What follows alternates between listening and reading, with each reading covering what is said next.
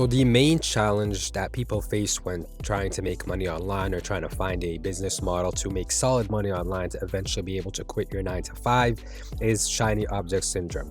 You pick either e-commerce, drop shipping, you try it for 3 weeks to a month, you don't make any money, you don't get any results, and then you jump to copywriting or to doing YouTube shorts or to doing TikTok. And you never give yourself enough time to actually truly learn that skill and have success in it before you jump to the next. After 6 months, 8 months, a year, you found that you've jumped across 10 different business models, haven't made money in any, and wasted a whole entire year of your life. But I like to look at shiny object syndrome as more of a beginner's problem. I can see a 16, 17, 18-year-old with a lower attention span, wanting quick results. You kind of jump from thing to thing. But I choose to believe that as we get a bit older, we kind of get over shiny object syndrome, because you realize as we mature that nothing good comes quick, or anything that's substantial that's really going to change your life it's not going to be achieved in 3 weeks, a month, 90 days, or anything like that. And you need to actually put in the consistent work for a long enough time period to learn the skill and be able to really monetize it well. But then after you kind of develop from this stage here, where you get over shiny object syndrome, I think that's where the next problem comes in. And I like to call this winning product syndrome. Now, if you go and do a Google search or a YouTube search right now,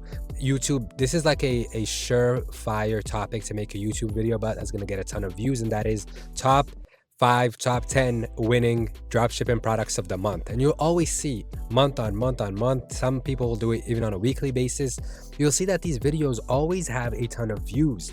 Now, I used to watch these when I was younger, when I was 18, 19. But then after I got a bit older and more mature, I realized these videos are a bunch of bullshit, because if the person was able to put this product in the video, it's probably too late. But then more recently, I started to develop the idea and kind of the hatred of having a winning product. Now, I totally understand when you first start out, you need to make some money, and you're not going to build a brand in a year or two. So you need to make that initial money to be able to help you build the brand. I think that after you make that initial money with your initial winning product, it's time to move on and try to build something more long term. The reason why I wanted to make this video is because I found myself falling into this. So after my winning products kind of slowed down a little bit, I instantly knew another winning product. I had it in mind. I was certain of it. I already had the target audience, everything, and I could have just went at it again and made some more fast money. But then I realized, why do I want to sell something that I don't truly believe in, that I don't want to build in the long term, that I don't see myself wearing, that I don't see being around the next 2, 3, 4, 5 years? Why do I want to do that? I feel like at a certain point, it becomes like a waste of time. And if you see a lot of these new winning dropshipping products of the month, they're often these stupid, honestly, gimmicky products that the buyer is going to use one time and then throw out forever. They're never going to buy from you again. And they're often drop shipped straight from China. So there isn't even any white labeling or any little custom inserts or a sticker that you throw in there for your customers. Pretty much just, it's such bare bones. It's such bare bones and it's such shit products most of the time that you realize like this isn't a long-term thing. And the one that comes to my mind often, and I've never sold this or tried to sell these kind of gimmicky products, is like this duck that you can put on your rear view mirror and it like swings. And I saw someone on YouTube was talking about how it's such an amazing product. And I sat down, do I really want to sell some stupid shit like this, to be honest? A duck that swings on the mirror. I mean, yeah, it might go viral a couple times on Facebook. Is that going to be selling next year or the next year? No. Then from there, you have to jump to another winning product, and then another, and then another. And sometimes you have to do it on a 4-month, 3-month basis. And where I can relate to this more particularly in my niche of print on demand, even though I didn't really do this, or it's not something that I do, but you'll see people who do the print on demand clothing items, and it's like by the holidays. So it's Thanksgiving time, they're going to do the Thanksgiving crew necks and hoodies and try to sell them a ton. And then they're going to stop selling right after, like a week before Thanksgiving or a few days. And then after that, they're pushing a ton of Christmas products, and then Valentine's. It's just a bunch of cringy kind of gimmicky designs.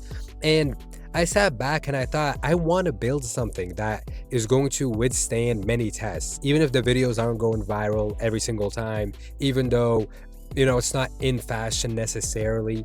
To a certain extent, you have to keep up with fashion trends, but even if it's not the latest viral thing, it's still going to get sales and still going to grow. That's why I kind of stumbled on my latest idea of actually building a clothing brand. And now, again, I wouldn't recommend you do this if you're a straight up beginner. You've never done e-commerce before, you've never made money. Don't go and actually try to build a brand from scratch. Don't do that. First, get an understanding of e-com, making content, having content actually go viral, drive sales, make money. Get that money in, be able to quit your 9 to 5 job and be good off that money, and continue to grow it and nurture it, but always have a long-term mindset. And now I want to build a clothing brand that I'm actually going to wear, that represents me, that's not gimmicky, that's I'm gonna feel proud wearing, I'm gonna feel proud selling, I'm gonna feel proud showing people our new pieces. And every year or every 6 months or every 8 months it's gonna evolve, and it's really gonna have my personal touch, and it's gonna mean something to me.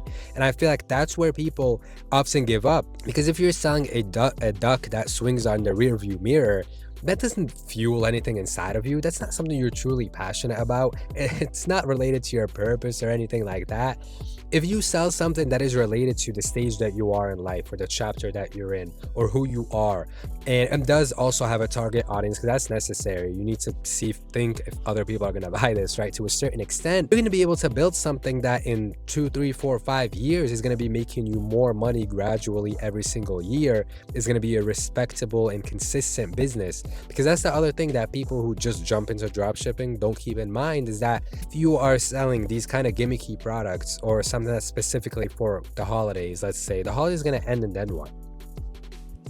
Sales are going to slow down, the money's going to slow down, you're going to get frustrated, you're going to try to jump to another shitty product, and you're going to stay on this cycle. And I know it can get easy to stay on this cycle if you become good at it, because you're able to easily spot out products that can make you a lot of money, but deep inside you, you know they don't fulfill you in any way. You know they're not going to be consistent over a year even, or 2 years. So I challenge you, just as I challenged myself, and I pushed myself to leave that behind, right? To a certain extent, this is what I would recommend. After you do get the winning product, the first one, right? You make your initial money, you quit your job, you don't have capital. You then go into something a bit more, I would say, midterm. You work on a project that is going to make you money consistently. Obviously, it's not just gonna boom, blow up, go viral right away, but it's something nice that you connect a little bit more to, and it's sort of a midterm project. And then this midterm project is gonna keep the money coming in as you think of and as you build your long-term project that no one can copy you, no one can take away from you, or if they do decide to copy you or replicate it, they're gonna look like replicas. You know how we look at a replica or a fake Gucci or a fake Louis Vuitton or any of these products, we kind of look down on them a little bit. We look at them and we recognize that that's not the quality of Louis Vuitton, that's not the quality of Prada. It's just a secondhand copy, and it's never going to be like the original. So once you build an original brand, and it's something that's going to take long, it's going to require sacrifice, going to take risks, no one is ever going to be able to take it away from you. And you often see this with people who dropship and jump from winning product to winning product. It's like someone can just go source that same product from another factory for a cheaper price, undercut you on it, copy your exact same content, and make more money than you, and completely steal the market from you. Or you'll see people even just taking creatives or ads that were already made and just posting them on social media platforms. They're even ordering the sample, they don't even know the quality of what they're selling, and they just don't care. And I started to believe I never ever sold something that I didn't have a sample of. I always felt that was slimy. It was a bit dirty even, right? It just felt like a bad business practice. Like, you're gonna try to sell something to someone that you've never even tested yourself, you've never even looked at it, you've never even wore it. Then you hear about a whole bunch of people's like dropshipping horror stories where they find a product on AliExpress and then directly start selling it to people, and then people start getting it and doing chargebacks and refunds and all this. I'm like, why are you doing that? Would you be happy if you bought something that was untested, that was not sampled, and it was like a shit product? It took a month to get to you, and it was horrendous quality, and you had to go through the process of a chargeback. Like, when you don't think about the customer, you need to, like, your business is going to fail. It's not going to be a long-term business. If you set out your business with the only purpose of, I want to make money, I just want to make a ton of money, I don't give a fuck about the product, I don't care if it's horrible quality, I don't care if I steal ads from people, I don't care if it's shipping straight from China and taking a month, if people are going to refund it, and you just want to make as much money as possible, you are not going to be in business for more than 6 months to a year, to eventually when people find out who you truly are. And if you look around at the long-standing businesses, the businesses that have built true empires, there is something about them, and that is the focus on the customer on creating a product that they're genuinely passionate about. And you'll see these products on the streets, or you'll see them being worn, like quality cars, right? You'll see a quality car from the 80s, the 90s, still been driven around because it was made to give the customer a certain experience. So when you go out there and you build your clothing brand, and this is the mentality that I'm approaching this with now, I want to build something that's going to give customers an experience that is going to be a reflection of me, that I'm going to feel proud wearing. I'm going to feel proud sampling like the packaging types and making it super clean, and something that I want to see being worn by people all over the world in 2 to 3 to 4 5 years. And I'm confident that I'm going to be able to achieve that. And I know and I respect what it takes to build a solid business. I respect the time that goes into that. So after you've gone through your winning product phase, I mean, if you're just starting out, it's fine, I guess. And because it's something that I kind of did. I found stuff that had a target audience, but I would always order my samples. I never sold people's content. I never did any of those. Never got chargebacks or returns and refunds. I always sold something quality. So definitely do that. And then once you get that and you make that first little bit of money, it can even be 5, 10, $20,000 of like profit that you got in the bank. You can go and really start something nice with that. And when I say start something, I don't mean go and order 100 pieces of inventory. You start sampling a little bit, you start testing out different things, seeing what your friends and family or people locally say about it. You can just wear it and go out. What I'm going to be doing when I first get my samples, and this is kind of more of a long-term project that a lot is going to go into, and I'm going to document the journey here on YouTube, is going to be traveling and sampling and testing out different stuff. I want to wear my stuff and go out and first of all see if I look like how it looks in the mirror when I wear it, and then ask people what they think about it just on the streets. Hey, I bought this piece off of a friend, just so they don't hurt my feelings, like they don't, because sometimes when you tell people this is mine, they'll tell you what you want to hear. Say, hey, I bought this, it's like my cousin's clothing brand, he just started this stuff. I don't know what you think about it. Do you think it's nice? I'm kind of indifferent, and kind of see their feedback and like test. So if you make a business that's a reflection of you, that's customer centric, whether you're selling courses or you're doing a coaching program, you're selling a physical product or a digital product, if that's the purpose behind it, to truly enhance your customer's life and give them a good experience, there's no chance you can fail.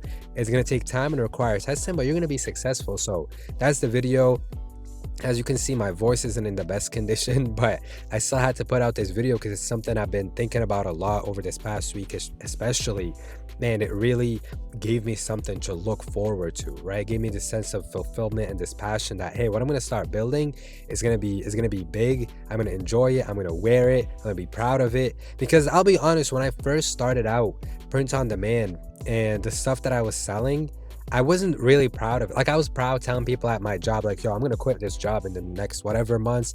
I started making money on TikTok shop. I'm doing this, I'm scaling up this and that. But I would never feel proud showing what I was selling, if you know what I mean. Because even though like people weren't really tapped in, they would still kind of be like, oh, like that's nice, but still kind of like, I don't know, like the designs weren't like crazy. It wasn't designs that I did. It was like kind of bought off Etsy. And yeah, so that's the feeling that I want you to feel. I want you to think of, like, do I feel proud showing this off and wearing it and going out in it? But that's the video. Thank you guys so much for watching. I'm gonna continue to document the journey more and more, kind of starting out now with embroidery, so leveling up just gradually. Never take steps back.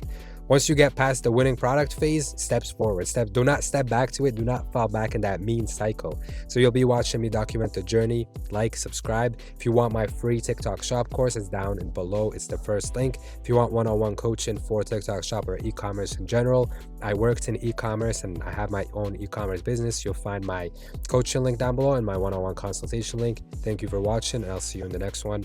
I'm out.